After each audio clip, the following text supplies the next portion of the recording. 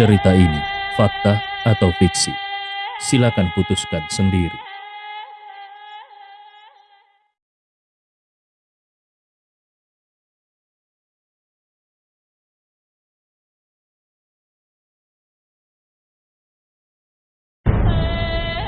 Cerita ini fakta atau fiksi? Silakan putuskan sendiri.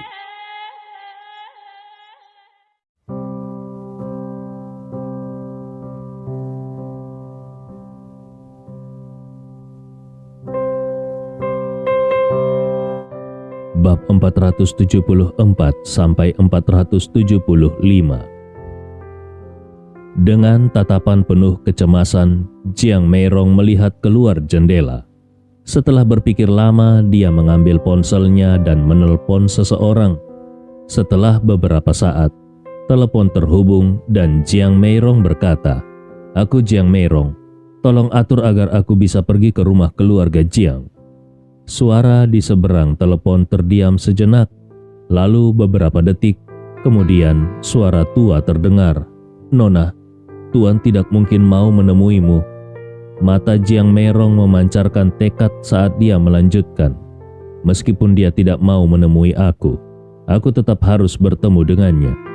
Memang tidak salah kalau aku diusir dari keluarga Jiang, tetapi darah keluarga Jiang tetap mengalir di dalam tubuhku. Tolong tanyakan padanya, bagaimana ibuku meninggal? Siapa yang bertanggung jawab atas kejadian itu?" Orang tua di seberang telepon mendesah panjang dan mendengar kata-kata ini. Baiklah. Aku hanya bisa menyampaikan pesanmu kepada Tuan. Kalau dia tetap tidak mau menemuimu, aku juga tidak bisa berbuat apa-apa." Jiang Meirong mengangguk, "Terima kasih." Lalu dia menutup telepon. Beberapa detik kemudian, dia menelpon lagi. "Kau seharusnya berada di provinsi Huiyan, bukan? Kuharap kau bisa datang ke Beijing.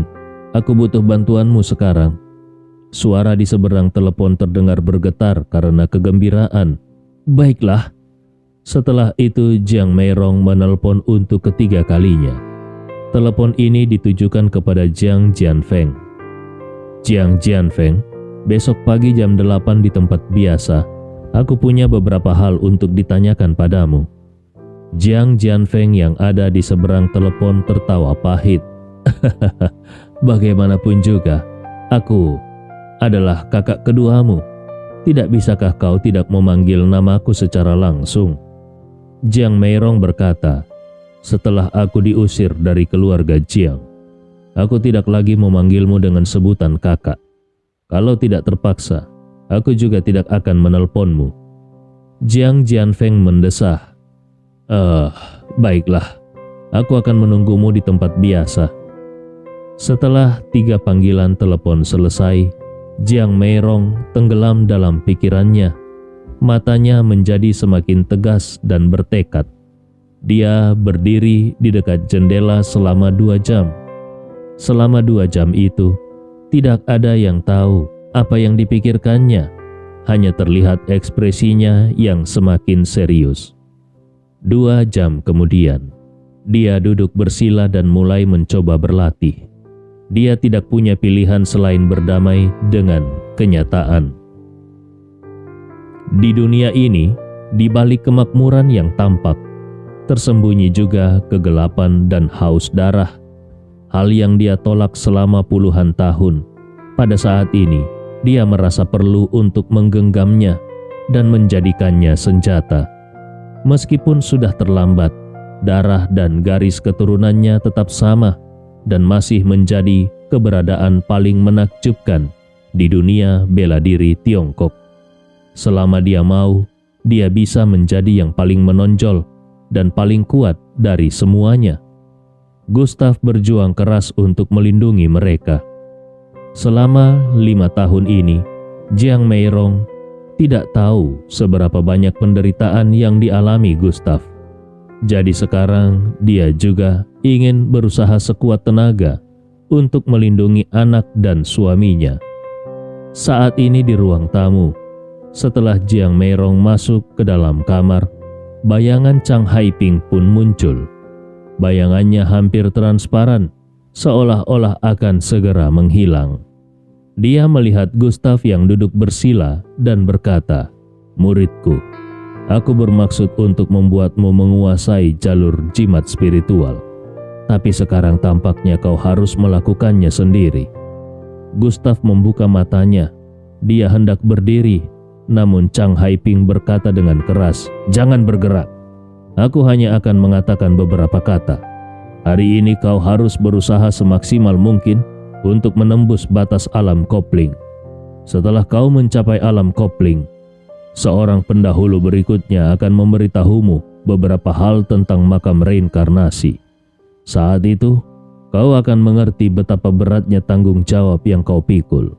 Meskipun aku hanya roh, aku tidak bisa memastikan apakah tubuh asliku masih ada.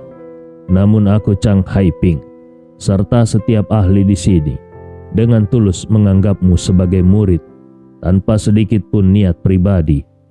Aku hanya berharap setelah aku menghilang, kau bisa memajukan jalur jimat spiritual. Gunakan jimat hidupmu dan bayangan naga darah itu dengan baik. Kedua hal itu memiliki potensi kekuatan yang melebihi bantuan kami. Kekuatannya tidak terbatas. Muridku, semoga kita bisa bertemu lagi." Setelah berbicara, Chang Haiping menyentuh alis Gustav dengan jarinya. Bayangannya sepenuhnya menghilang dan berubah menjadi cahaya yang masuk ke dalam alis Gustav. Saat ini Gustav merasakan kekuatan luar biasa yang ingin keluar dari tubuhnya. Gustav berteriak kecil, menjalankan keputusan tubuh ilusi Changlong. "Guru, aku tidak akan mengecewakanmu."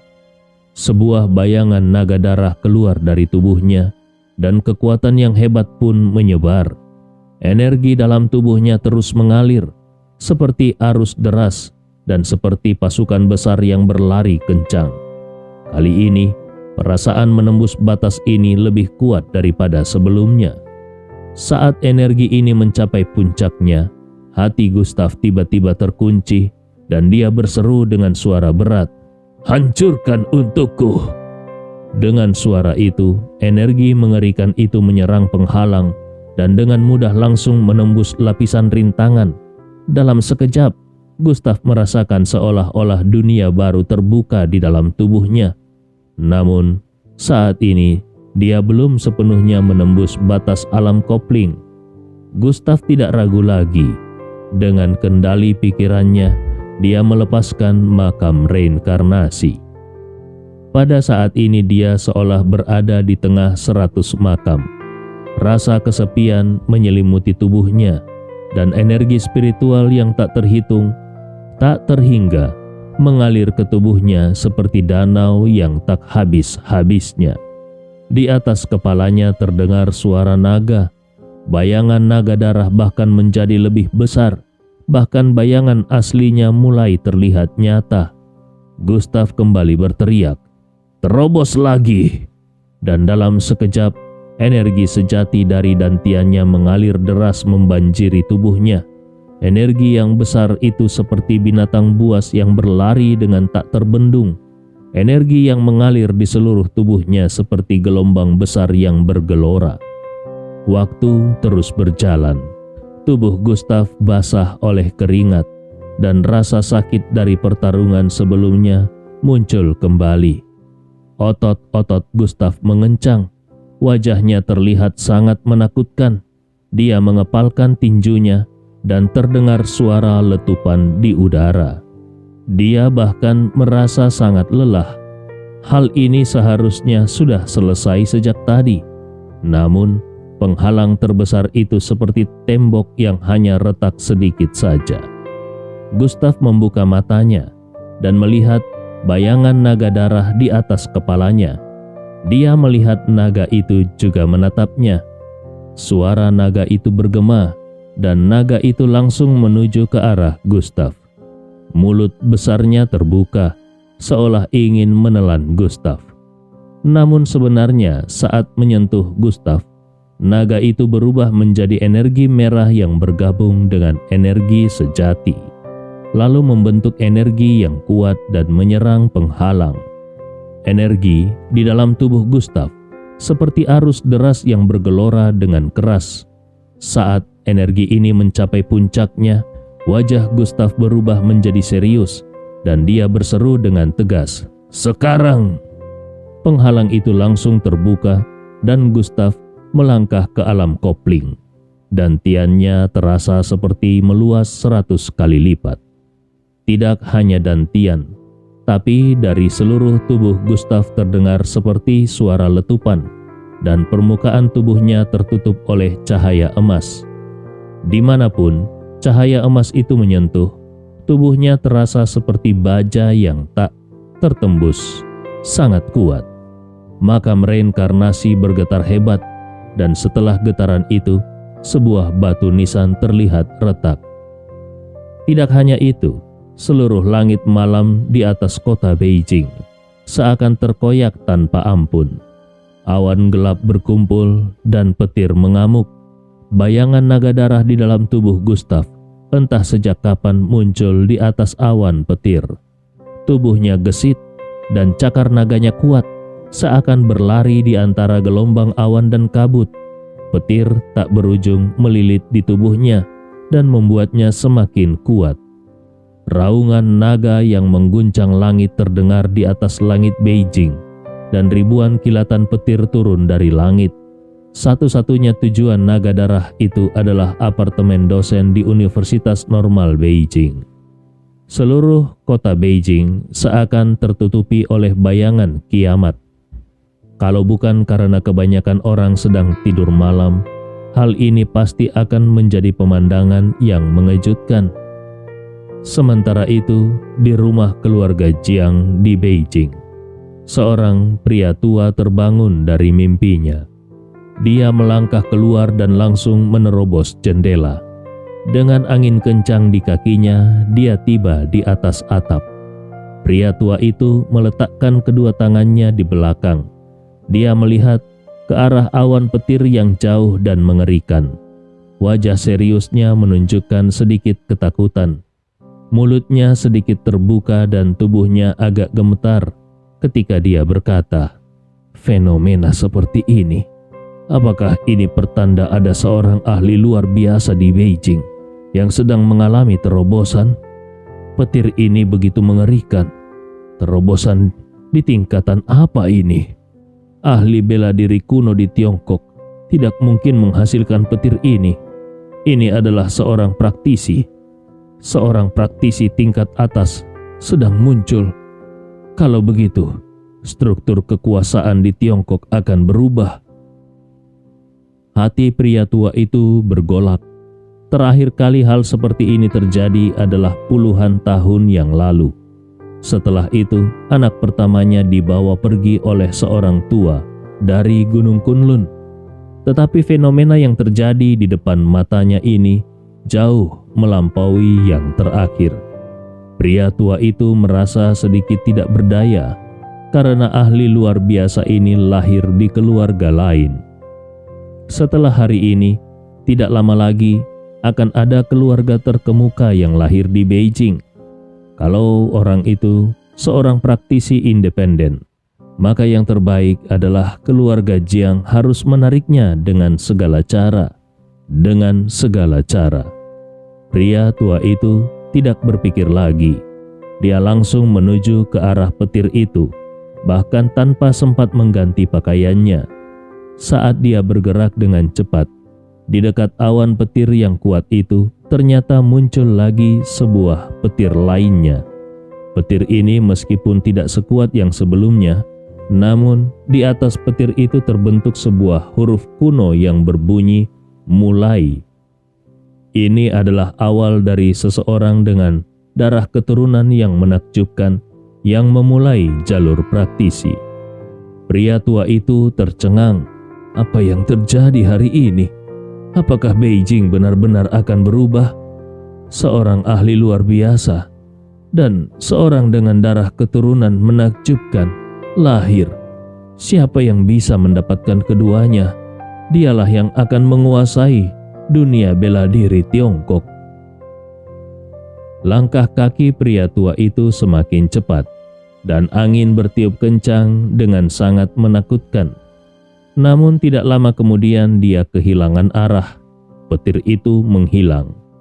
Sementara itu, di keluarga Lin di Beijing, Lin Juelong tentu saja juga menyadari fenomena tersebut. Matanya menatap ke langit dan hatinya merasa sedikit tidak tenang. Seakan dua fenomena di langit itu merupakan ancaman yang sangat kuat baginya. Naga darah di dalam awan petir menatapnya dengan tajam. Mata naga darah itu seakan ingin memakannya.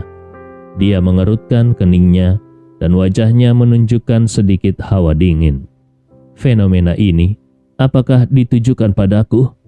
Apakah orang-orang yang kubunuh di Gunung Kunlun kembali untuk membalas dendam? Dia tentu tidak akan berpikir bahwa para sampah di Tiongkok bisa menjadi ancaman baginya. Dari fenomena tersebut, hanya praktisi dari Gunung Kunlun yang bisa memicu hal ini. Setelah beberapa saat, sudut mulutnya melengkung, membentuk senyuman dingin. Aku tidak peduli siapa kau. Kalau kau berani datang, maka aku Lin Juelong akan mengirimmu langsung ke neraka. Cerita ini fakta atau fiksi? Silakan putuskan sendiri.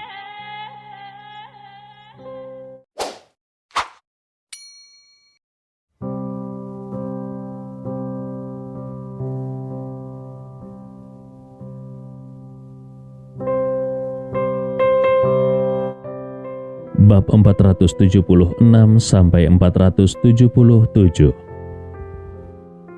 Setelah Jiang Meirong pergi, Gustav bersiap untuk pergi ke istana Plum Darah. Dia tidak tahu bagaimana Lu Lingfeng dan Ye Lingtian telah menggabungkan istana kegelapan dan istana Plum Darah. Ketika dia hendak pergi, panggilan videonya berbunyi. Gustav tertegun, lalu tersenyum. Beberapa hari ini, karena masalah penjara hantu, dia belum sempat menghubungi keduanya. Gustav menekan tombol jawab dan melihat Margaret sedang memegang ponsel dan berpura-pura marah, sementara Stella sedang melihat beberapa dokumen di kejauhan. Margaret berkata, "Gustav, apa yang terjadi denganmu beberapa hari ini? Apakah kau menyembunyikan wanita di luar sana? Kenapa kau tidak menelpon kami? Kami hampir mengira kau hilang." Gustav tersenyum kecut dan menceritakan tentang orang tuanya. Tentu saja dia menghilangkan sebagian besar detailnya. Ekspresi wajah Margaret langsung berubah. Dia menutup mulutnya dengan refleks dan berkata, "Kau benar-benar bertemu paman dan bibi?" Bagaimanapun, dulu dia yang mengkremasi orang tua Gustav dengan tangannya sendiri. Meskipun kemudian dia mengetahui bahwa ada yang aneh dengan kejadian di Villa Yunhu. Sekarang, orang tua Gustav tiba-tiba hidup kembali. Ini membuat jantungnya berdebar-debar. Margaret berkata kembali, "Gustav, sebenarnya kali ini aku menelpon untuk memberitahumu bahwa Tianzeng Group sudah menetapkan basis di Beijing dan membeli gedung Wanhe di Beijing. Gedung Wanhe akan segera berganti nama menjadi Tianzeng Tower di Beijing. Dan markas besar Tianxing Group akan dipindahkan ke sana. Aku dan Stella juga akan pergi ke sana. Apakah kau juga akan datang?" Gustav berkata, "Aku akan pergi ke suatu tempat dulu." Setelah mengobrol sebentar, Gustav pun langsung menuju ke gerbang sekolah. Maybach sudah menunggu di luar. Setengah jam kemudian, Gustav dengan mudah melewati formasi dan tiba di istana besar itu. Patung bunga plum besar di pintu masuk istana Plum Darah sudah hilang, digantikan oleh gambar seorang pemuda berdiri di puncak gunung sambil melihat ke langit dan naga raksasa. Ini adalah lambang istana kegelapan. Sepertinya Ye Lingtian dan Lu Lingfeng hampir menyelesaikan penggabungan. Gustav tidak berpikir lebih jauh, lalu dia menuju ke dalam istana. Dua penjaga istana Plum Darah memberi hormat dengan sikap penuh hormat. "Salam, Tuan Istana." Di mata mereka hanya ada ketakutan. Dulu Gustav seorang diri menghadapi semua pembunuh istana Plum Darah dan menghancurkan semuanya. Satu pedang Gustav memenggal kepala Zantau dan 4 tetua lainnya. Hal itu seperti mimpi buruk bagi mereka. Yang penting, tidak ada cara untuk melawan pedang itu. Gustav mengangguk, lalu menuju ke dalam. Belum sempat dia melangkah masuk, dia mendengar suara yang mengguncang langit berkata, "Salam, Tuan Istana." Pada saat ini, semua ahli Istana Plum Darah dan Istana Kegelapan dibagi menjadi 2 baris. Hampir 100 orang di setiap barisnya. Hampir semua orang di Istana Kegelapan dan Istana Plum Darah dipanggil kembali. Ratusan orang berlutut bersama. Postur mereka seragam, mata mereka tegas, dan kekuatan dilepaskan. Di atas kepala para ahli Istana Plum Darah muncul bayangan harimau berdarah, dan di atas kepala para ahli Istana Kegelapan muncul naga hitam. Naga hitam dan harimau berdarah bertabrakan di tengah. Kekuatannya luar biasa dan sangat indah. Gustav terkejut. Mungkin ini bisa dibilang kejutan yang menyenangkan. Yang paling penting adalah dia menemukan kalau kekuatan para ahli Istana Plum Darah dan Istana Kegelapan sudah meningkat banyak. Kekuatan ini lebih kuat dari yang dia bayangkan. Gustav menuju ke tengah-tengah. 100 orang mengawasi dengan setengah berlutut tunduk, persis seperti adegan raja yang naik tahta. Ye Lingtian dan Lu Lingfeng yang ada di ujung melihat pemandangan ini sambil menangkupkan tangan mereka. Usaha mereka selama beberapa hari ini adalah untuk menunggu hari ini. Penggabungan Istana Plum Darah dan Istana Kegelapan bagi Biro Seni Bela Diri Tiongkok pasti akan menjadi tinta tebal dalam sejarah. Yang penting, tuan istananya adalah Gustav. Gustav pun naik ke atas panggung, tetapi tidak duduk. Dia menatap semua orang dan berkata, "Berdirilah." Orang-orang itu pun bergerak serentak lalu berdiri tegak. Ye Lingtian dan Lu Lingfeng juga bangkit. Mereka melangkah maju dan bertanya, "Tuan Istana, apakah kau puas?" Gustav mengangguk, lalu melihat ke arah keduanya. "Aku menemukan kekuatan semua orang tampaknya meningkat beberapa tingkat. Apa yang terjadi?" Ye Lingtian menjelaskan, "Tuan Istana, hal ini belum sempat kami sampaikan. Pagi ini, dasar Istana Plum Darah retak. Kami menemukan ada jalur tambang khusus di bawahnya. Sejumlah besar energi spiritual mengalir dari bawah tanah. Karena itulah banyak orang bisa menembus batas. Sekarang celah itu sudah ditutup. Mohon Tuan Istana untuk memeriksanya." Gustav menyipitkan matanya. Saat pertama kali dia masuk ke sini, dia juga menemukan aliran angin di sini memang agak aneh. Yang lebih penting lagi, kenapa Istana Plum Darah mendirikan markasnya di tempat terpencil ini? Dia awalnya berpikir itu untuk ketenangan, tetapi ternyata dasar Istana Plum Darah memiliki keberuntungan besar. Gustav memerintahkan, "Bawa aku untuk melihatnya." Ye Lingtian berkata, "Baik Tuan Istana." Pada saat yang sama, di gang di Beijing, di tea house milik Bibi Jun. Lokasinya sangat terpencil. Hanya ada 2 orang di dalam tea house. Mereka adalah Jiang Meirong dan Jiang Jianfeng. Suasananya sangat tenang. Jiang Jianfeng menyesap tehnya dan berkata dengan santai, "Meirong, kenapa kau memanggilku keluar? Hari ini aku mendengar suara kemarahan kakek di keluarga Jiang. Katanya kau akan kembali ke keluarga Jiang. Benarkah?" Dia merasa ada yang berbeda dengan adik perempuannya, tetapi dia tidak bisa mengatakannya. Perasaan ini sangat halus. Jiang Meirong langsung berbicara ke intinya. "Lin Juelong membawa Tian Seng pergi. Aku ingin Tian Seng kembali dan Lin Juelong mati." Suaranya sangat dingin, memancarkan kegetiran tak berujung. Jiang Jianfeng baru saja meminum tehnya.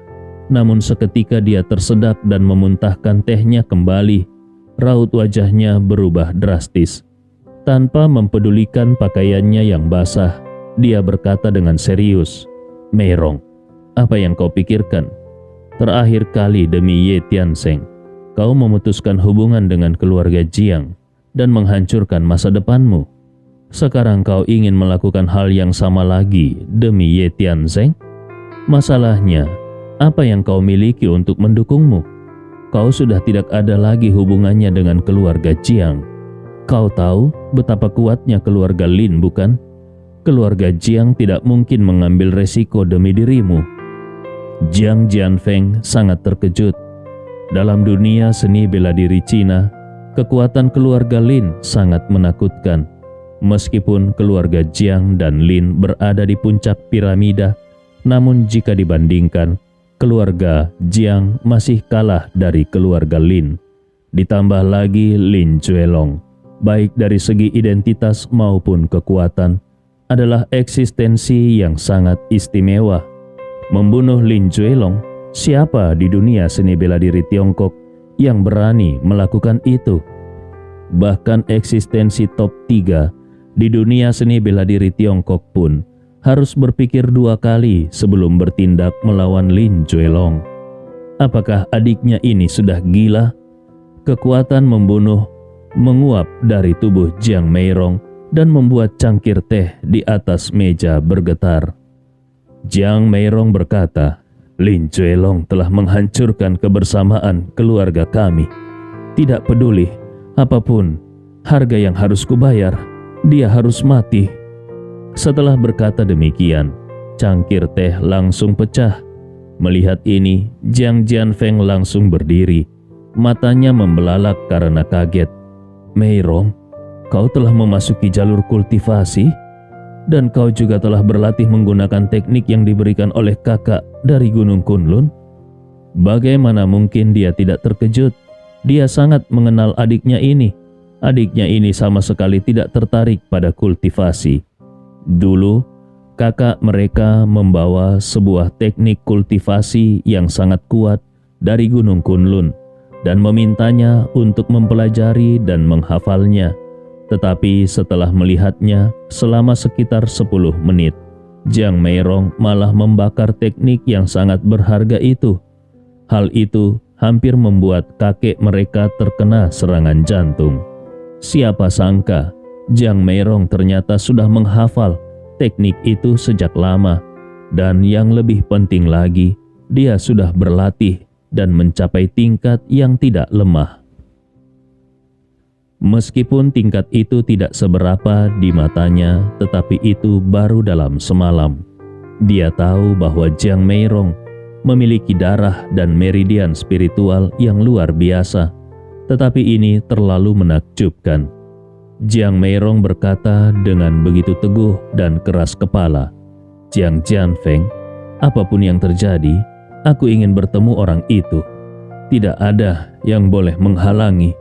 Kalau keluarga Jiang tidak mau membantuku, aku akan bertindak sendiri. Apakah kau mau membantuku? Kalau kau mau, aku akan memanggilmu kakak kedua.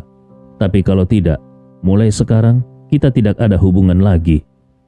Jiang Jianfeng memandangi wanita di depannya ini. Tiba-tiba dia menyadari betapa miripnya ibu dan anak ini. Dulu di provinsi Jiangnan, Gustav juga begitu kuat dan sombong hingga ke titik tertinggi. Masalahnya, kesombongan Gustav selalu menjadi kenyataan.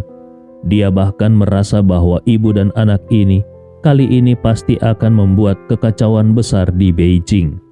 Jiang Jianfeng menenangkan diri. Dia merenung cukup lama, lalu berkata, "Apakah Gustav tahu tentang penculikan Ye Tianzeng?" Jiang Meirong menggelengkan kepala. Mata dinginnya menunjukkan sedikit kelembutan. Dia tidak tahu. Meskipun kekuatannya sekarang sangat kuat, tetapi terakhir kali dia menyelamatkan kami, dia sudah mengorbankan banyak hal.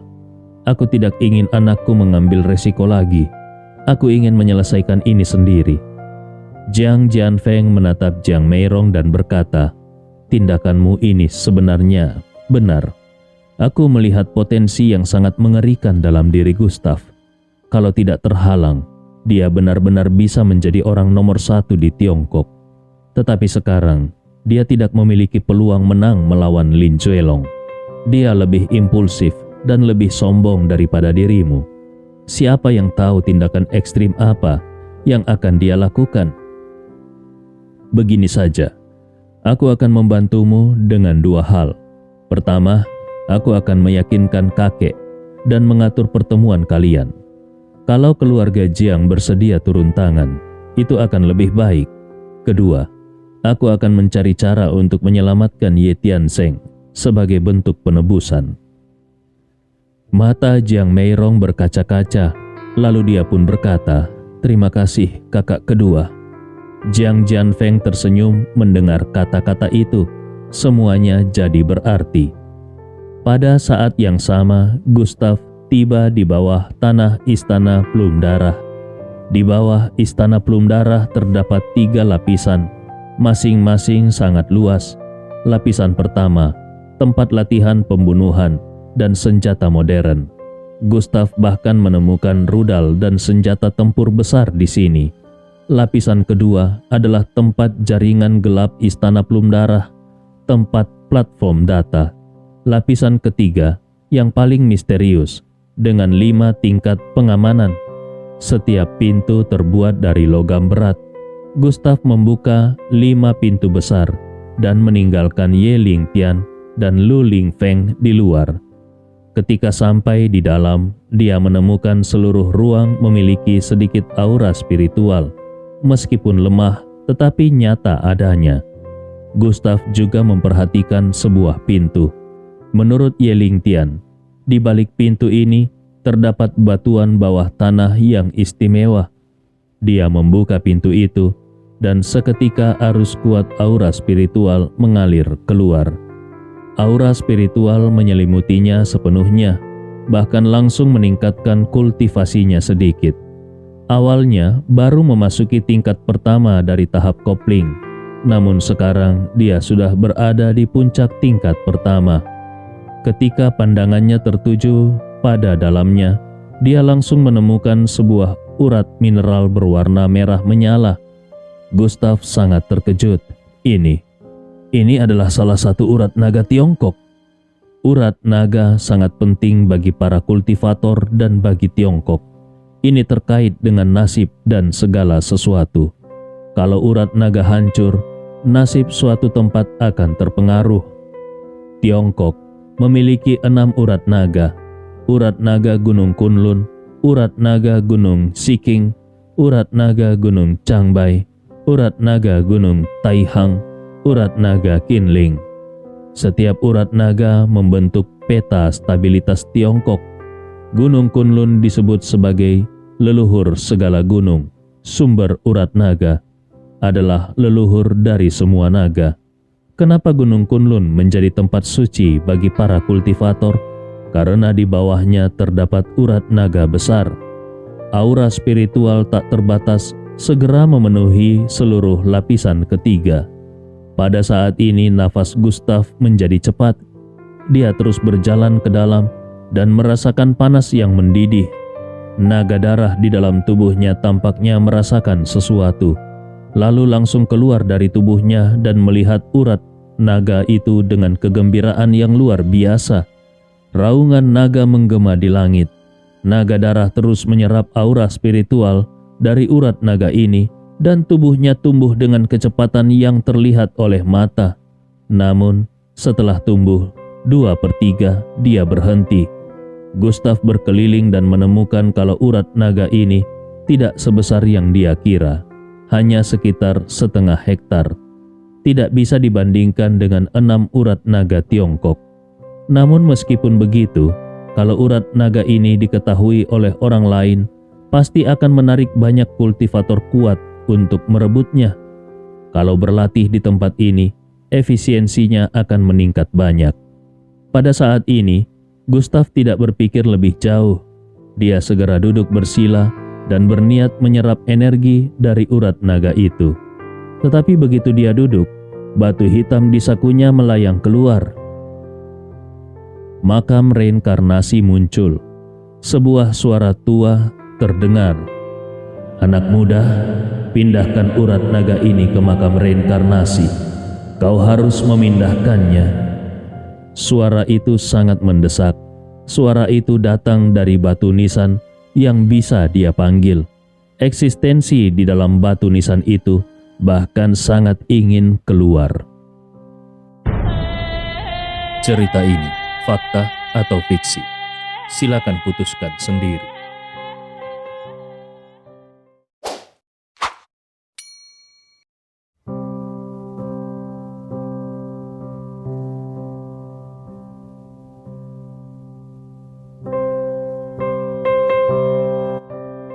Bab 478 sampai 479. Gustav tidak menyangka bahwa urat naga ini akan membuat para ahli di makam reinkarnasi begitu terkejut. Dia melirik sejenak dan bahkan melihat kalau batu nisan di sana bergetar hebat. Di dalam makam reinkarnasi muncul daya tarik yang sangat kuat, seolah ingin menyerap urat naga ini. Gustav bertanya dengan terkejut, "Senior, kau ingin aku memindahkan urat naga ini ke makam reinkarnasi?" Bagaimanapun, urat naga di depannya hampir menyatu dengan tanah, dan dengan kekuatannya saat ini, memindahkan urat naga adalah sesuatu yang di luar kemampuannya. Selain itu, urat naga sangat panas, seperti magma. Kalau dia mendekat sedikit saja, tubuhnya bisa meleleh. Bagaimana mungkin dia bisa memindahkan urat naga ini? Seperti suara lonceng yang berdentang, suara di makam reinkarnasi berkata dengan tenang, "Benar, meskipun ini hanya urat naga kecil, tetapi sangat bermanfaat bagi 100 jiwa kami. Energi urat naga itu bisa menenangkan jiwa." Karena urat naga ini sangat bermanfaat bagi makam reinkarnasi, tentu saja Gustav akan membantu mereka mendapatkannya. Bagaimanapun, kalau makam reinkarnasi kuat, dia juga akan kuat. Gustav bertanya kembali, "Senior, bagaimana aku bisa memindahkannya?" Suara itu menjawab, "Kau tidak perlu melakukan apa-apa. Cukup lihat saja." Begitu kata-kata itu selesai diucapkan, batu nisan itu memancarkan cahaya cemerlang dan menyelimuti urat naga dengan cahaya tanpa batas. Ruang bawah tanah dilanda dengan angin kencang, dan Gustav segera mengerahkan energi sejatinya untuk menjaga keseimbangannya. Perlahan-lahan urat naga itu benar-benar ditarik keluar oleh kekuatan yang kuat. Luar biasa, Gustav terpana. Namun, urat naga itu sepertinya memiliki kesadaran dan melawan dengan keras. Senior berkata, "Sebuah urat naga kecil berani melawan, aku akan menghancurkanmu." Dan detik berikutnya, batu hitam itu membentuk sepasang tangan raksasa sepanjang 100 kaki.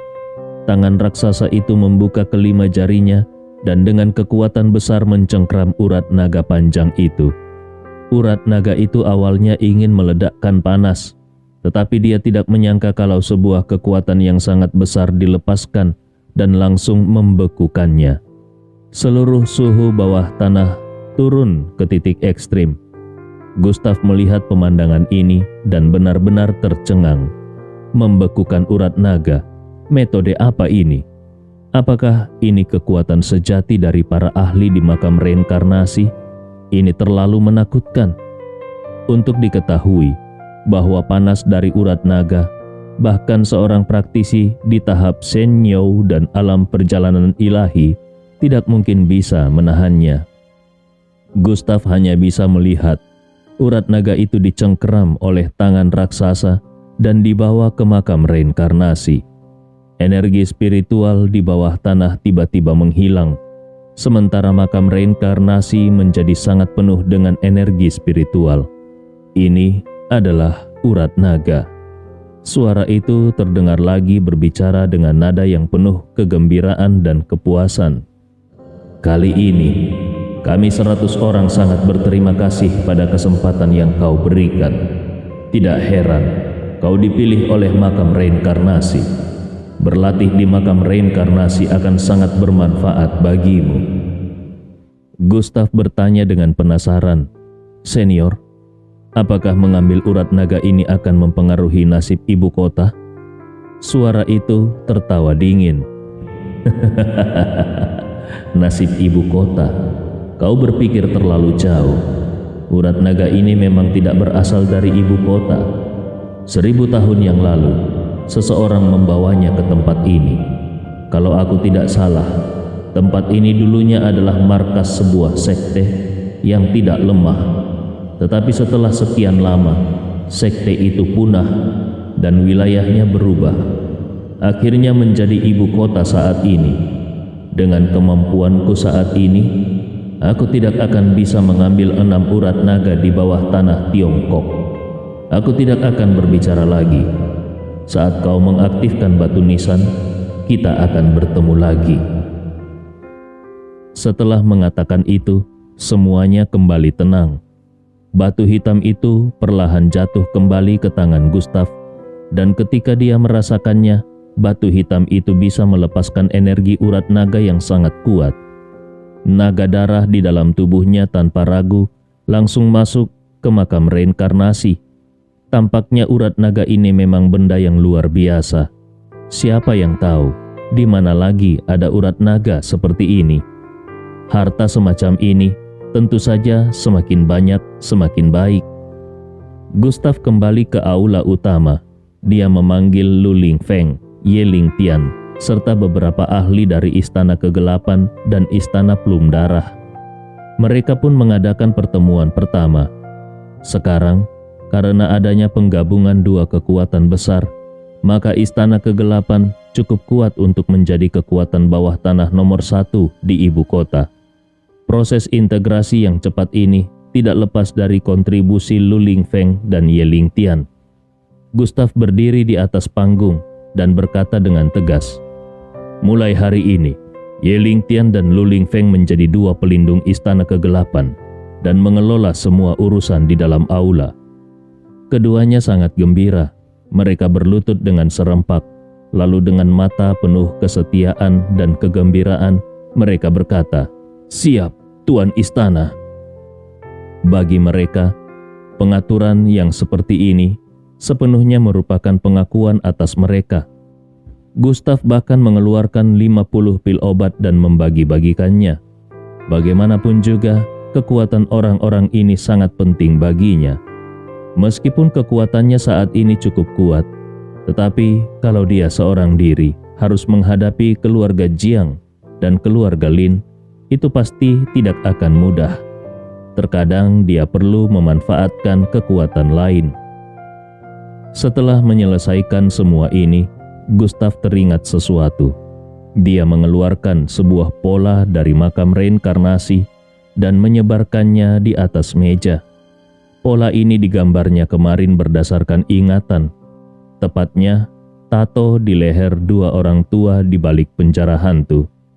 Tato itu bergambar sebuah pintu merah dengan tulisan Sanskerta kuno di atasnya. Sangat misterius, seperti simbol kuno tertentu. Zheng Tianqi belum mati, hanya terluka parah. Kekuatan di balik pintu merah ini pasti menjadi ancaman. Gustav sudah menghancurkan penjara jiwa, yang berarti dia benar-benar telah memusuhi beberapa orang. Bagaimanapun, dia harus membasmi ancaman ini sejak awal. Kalau tidak, dia akan selalu berada dalam bahaya. Dia tidak pernah melihat pola ini di Gunung Kunlun, jadi mungkin kekuatan ini berada di tempat tersembunyi di Gunung Kunlun, atau ada semacam hubungan khusus antara Gunung Kunlun dan Tiongkok. Gustav mengeluarkan pola itu dan bertanya, "Apakah kalian pernah melihat pola ini?" Semua orang melihat pola itu dengan penasaran dan menggelengkan kepala. Masing-masing mereka mulai mengutarakan pendapatnya. "Tuan Istana, Ini sepertinya sebuah pintu. Apakah ini pintu besar di salah satu rumah besar di ibu kota? Yang lainnya menimpali. Pintu ini terlalu aneh. Aku belum pernah melihatnya seumur hidup. Apalagi tulisan Sanskerta di atas pintu ini. Kalau dilihat terlalu lama, akan membuat orang merasa tidak nyaman. Semua orang mendiskusikannya, tetapi tidak ada yang tahu jawabannya. Gustav menambahkan, aku pernah melihat dua orang dengan tato ini di leher mereka, yang dari sudut tertentu mungkin mewakili sebuah kekuatan, mirip dengan tanda bunga plum di dahi para anggota istana plum darah sebelumnya. Semua orang terkejut, tetapi tidak ada yang tahu asal-usul pintu merah ini. Saat Gustav bersiap untuk menyimpan kembali polanya, seorang tetua yang duduk di sudut dan sejak tadi hanya diam, tiba-tiba berbicara. Tuan istana, sepertinya aku pernah melihat pintu merah ini pada seseorang. Mata Gustav menyipit dan dia bertanya dengan suara dingin, siapa? Tetua itu menjelaskan, beberapa tahun yang lalu, aku diberi tugas untuk membunuh seseorang di arena bela diri. Kebetulan aku memperhatikan pertempuran antara Lin Juelong dari ibu kota dan seorang ahli top. Pertarungan itu membuat Lin Juelong resmi menduduki peringkat kedua di daftar Grandmaster Tiongkok. Pertarungan itu mengguncang dunia bela diri Tiongkok, dan aku ingat pakaian Lin Juelong sobek saat itu. Meskipun hanya sebentar, di dadanya tampak tato seperti itu, tapi aku tidak yakin karena waktu sudah lama berlalu. Mungkin aku salah ingat. Mata Gustav berkilat dengan niat membunuh dan dia berkata dengan datar, benar atau tidak, Lin Juelong harus mati. Apakah kalian tahu di mana letak keluarga Lin di ibu kota? Pada saat ini, Lin Juelong adalah hambatan terbesar bagi Gustav. Tetapi dia bahkan tidak bisa menemukan keluarga Lin. Bagaimana dia bisa membunuh Lin Juelong? Tetua itu menggelengkan kepalanya. Di Beijing, ada 5 keluarga seni bela diri teratas. Kelima keluarga ini mewakili kekuasaan dan kekuatan tertinggi di Tiongkok. Keluarga Lin adalah salah satunya. Setiap keluarga memiliki formasi yang menyelubungi, sehingga sangat sulit untuk ditemukan. Namun, aku mendengar bahwa keluarga Lin berada di sebelah barat lingkaran kedua Beijing, dan Lin Juelong sering terlihat di sekitar Taman Haide di Beijing. Ini adalah kabar baik bagi Gustav. Tanpa ragu dia berkata, Ye Lingtian, aku serahkan tugas ini kepadamu. Kirimkan ahli dari Istana Kegelapan untuk memantau daerah sekitar Taman Haide selama 24 jam. Begitu ada berita tentang Lin Juelong, segera laporkan padaku. Ye Lingtian mengangguk. Baik, Tuan. Gustav mengepalkan tinjunya. Matanya memancarkan kebencian dingin. Di dalam hatinya dia berseru, Lin Juelong, tunggu aku. Pada saat ini di Beijing, di rumah keluarga Jiang, Jiang Meirong dan Jiang Jianfeng melewati sebuah formasi dan tiba di luar pintu. Ketika Jiang Meirong melihat papan nama keluarga Jiang, dia merasa penuh emosi.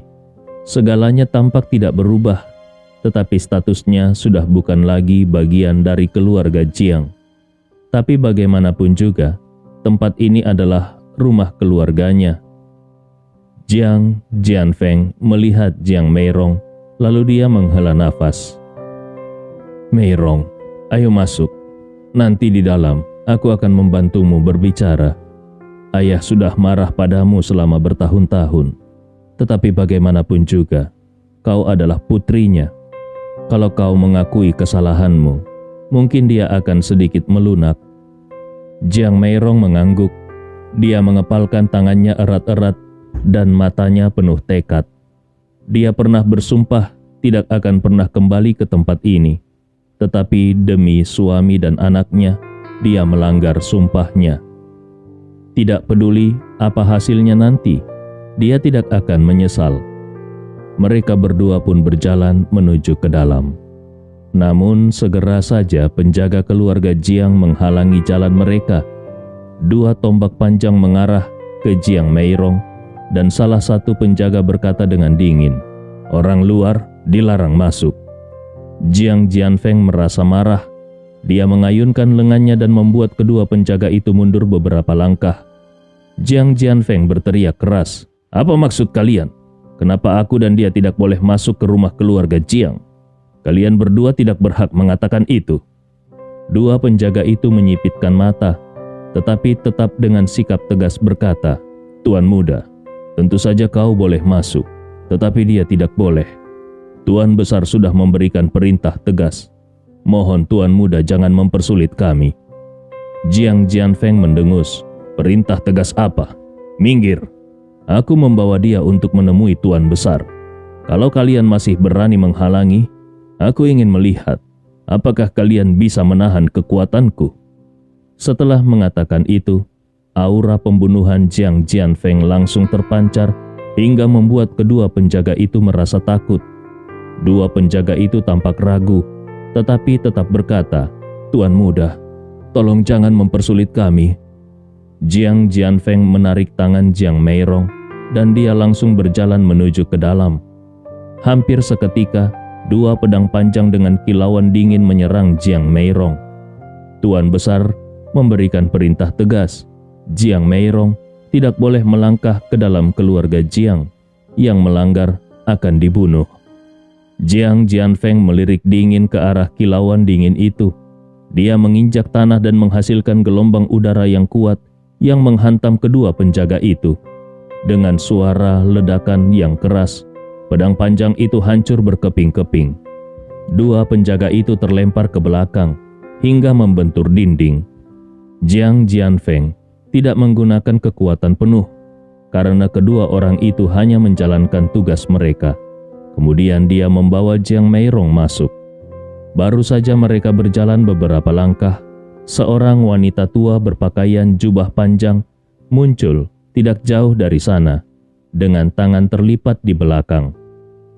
Jiang Jianfeng melihat wanita tua itu, matanya menyipit. Tidak pernah dia duga Tuan besar akan membawa orang ini untuk menghentikan mereka. Wanita tua itu adalah salah satu guru Jiang Jianfeng. Keterampilan dan kekuatan Jiang Jianfeng sebagian besar dipelajari dari wanita tua itu. Suara wanita tua itu sangat dingin, bahkan membawa sedikit getaran qi yang menyebar. "Jianfeng, apakah kau tidak tahu peraturan keluarga ini? Apakah kau lupa? Apa hukuman membawa orang luar ke dalam rumah keluarga Jiang?" Jiang Jianfeng mundur beberapa langkah, tetapi tidak terluka parah. Namun Jiang Meirong berbeda. Meskipun dia memiliki darah dan bakat yang luar biasa, tetapi dia hanya berlatih satu malam. Serangan dari seorang ahli seperti ini tentu sulit untuk ditahannya. Saat ini wajahnya sangat pucat. Jiang Jianfeng menyadari situasi ini. Dia segera berdiri di depan Jiang Meirong. Ini membuat Jiang Meirong merasa sedikit lebih baik. Jiang Jianfeng berkata sambil membungkuk, "Guru, Meirong juga memiliki darah keluarga Jiang. Bagaimana mungkin dia dianggap sebagai orang luar? Tolong biarkan kami lewat. Kami benar-benar memiliki urusan penting dengan Tuan besar." Kalau yang menghadangnya adalah orang lain, dia pasti sudah menerobos masuk. Tetapi menghadapi wanita tua ini, dia benar-benar tidak bisa menyerangnya. Ini akan dianggap sebagai pemberontakan terhadap gurunya. Wanita tua itu bergeming dan tetap berkata, "Aku tidak ingin mengulang ucapanku untuk ketiga kalinya. Aturan Tuan besar sudah jelas.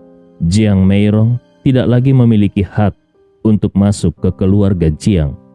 Kalau dia tetap bersikeras masuk, jangan salahkan aku jika bertindak keras terhadapnya." Setelah itu, tiga ahli keluarga Jiang muncul. Mereka berdiri di belakang wanita tua itu dengan aura pembunuhan yang terpancar. Jiang Jianfeng ingin mengatakan sesuatu, tetapi Jiang Meirong sudah berbicara lebih dulu. "Kakak, ini urusanku. Biarkan aku yang akan menyelesaikannya." Mata Jiang Jianfeng penuh dengan keraguan. "Meirong, Dia melihat ke arah bangunan di kejauhan. Dia yakin di puncak bangunan itu pasti ada seorang tua yang dengan dingin menyaksikan semuanya. Dia benar-benar tidak mengerti kenapa Tuan Besar masih tidak bisa melepaskan masa lalu. Apakah darah yang lebih kental daripada air masih tidak bisa dibandingkan dengan masa depan keluarga Jiang? Saat ini Jiang Meirong melangkah maju. Dia berusaha menahan tekanan dari wanita tua itu dan berkata satu persatu, "Tolong beri aku satu kesempatan. Aku ingin bertemu dengan Tuan Besar." Saat ini seorang pria berjanggut yang berdiri di belakang wanita tua itu melangkah maju. Dia melihat Jiang Meirong dan tertawa dingin. "Jiang Meirong, di mana harga dirimu? Bukankah kau pernah berkata tidak akan kembali ke keluarga Jiang? Kenapa sekarang kau kembali dengan cara memalukan seperti ini?" Jiang Meirong melirik pria itu, matanya menyipit. Dia masih mengingat pria ini. Namanya Jiang Fenghua. Pada masa lalu, Jiang Fenghua juga dianggap sebagai bakat luar biasa di keluarga Jiang. Karena itulah Jiang Fenghua sangat sombong. Namun saat bakat Jiang Meirong terungkap, dia menekan semua perhatian pada Jiang Fenghua, sehingga membuat Jiang Fenghua berubah menjadi seseorang yang terus menjilat dan merayu, bahkan bersikap sangat menjilat. Awalnya Jiang Meirong mengira pria itu tulus, tetapi ternyata setelah dia diusir dari keluarga Jiang, pria itu mulai berbicara dingin. Bahkan mungkin pria inilah yang mengungkapkan hubungan antara dia dan Ye Lingtian. Tidak hanya itu, beberapa tahun yang lalu, Jiang Fenghua bahkan datang ke kota Agoru dengan sikap yang sangat sombong. Tidak disangka, setelah bertahun-tahun, mereka bertemu lagi. Melihat Jiang Meirong terdiam, Jiang Fenghua melanjutkan, "Jiang Meirong, bagi keluarga Jiang, kau adalah orang luar. Kalau kau masih ingin hidup dengan baik, pergilah. Kedatanganmu ke sini hanya mengotori tempat ini. Statusmu bahkan lebih rendah daripada anjing peliharaanku." Kata-kata dingin itu membuat wajah Jiang Meirong semakin suram. Cerita ini fakta atau fiksi? Silakan putuskan sendiri. Cerita ini fakta atau fiksi? Silakan putuskan sendiri.